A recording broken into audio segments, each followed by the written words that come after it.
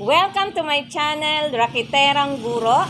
Disclaimer po, ang aking pong kaalaman sa pagre-reband o pag-aayos ng buhok ay ayon po sa aking mga natutunan sa mga trainings at sa aking mga karanasan. Ito po ang buhok ni client, alon-alon, manipis, ang mga hibla at medyo makapal naman. Kaya ang request niya, i-reband daw na mayroong Brazilian. Kaya ang ginawa ko muna, dahil may color ang buhok niya, ibinabad ko muna siya sa hair treatment para hindi masunog. At pagkababad ko ito ng 30 minutes, nilagyan ko na ito ng gamot na number 1. Ibinabad ko ang gamot na number 1 for 1.5 hour dahil may kakapalan ang buhok. Hindi ko na pinakita ang pagbabanlaw at pagbablower. So proceed na kami sa pagpaplansya. At kita naman ninyo, sa unang gamot pa lamang ay tuwid na ang kanyang buhok. At tumagal kami sa pagpaplansya ng buhok niya ng 2.5 hour dahil mayroon nga po itong kakapalan. Makapal po ang buhok ng ating client.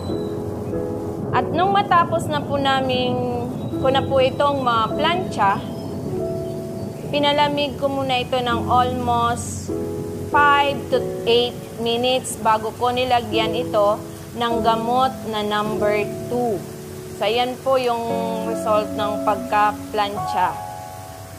Ibinabad ko po siya sa gamot na number 2. Ayan po, nilalagyan na siya ng gamot na number 2. At ibinabad ko po siya sa gamot na number 2 ng 30 minutes.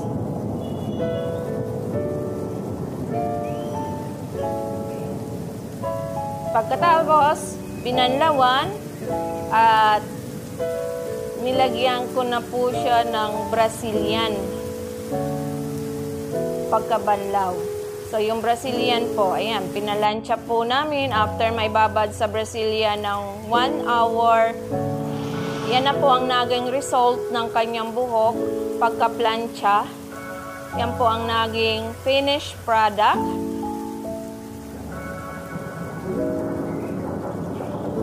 Nilagyan ko muna siya ng oil.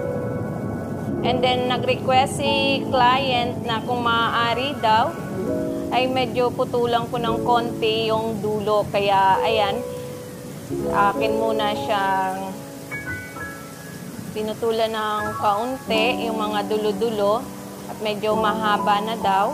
Kaya, konti-konti lang naman ang ating pinutol dito. So, kung makikita ninyo, ititrim ko po siya ng kauntian lang. Trimin ko po ang buhok niya. Konti lang ang binawas ko, yung mga dulo lang para maiwasan ang splits end. So, hindi pa naman po ako expert sa ganitong larangan, pero I'm trying my best para maging maganda ang result.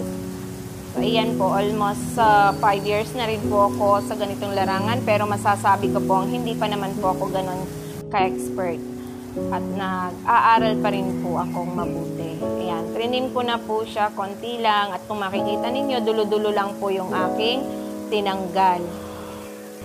At yan na po ang finished product ng aking reband. Makintab siya, madulas, at natutuwa po si client. Ayan po ang kanyang buhok pagkatapos.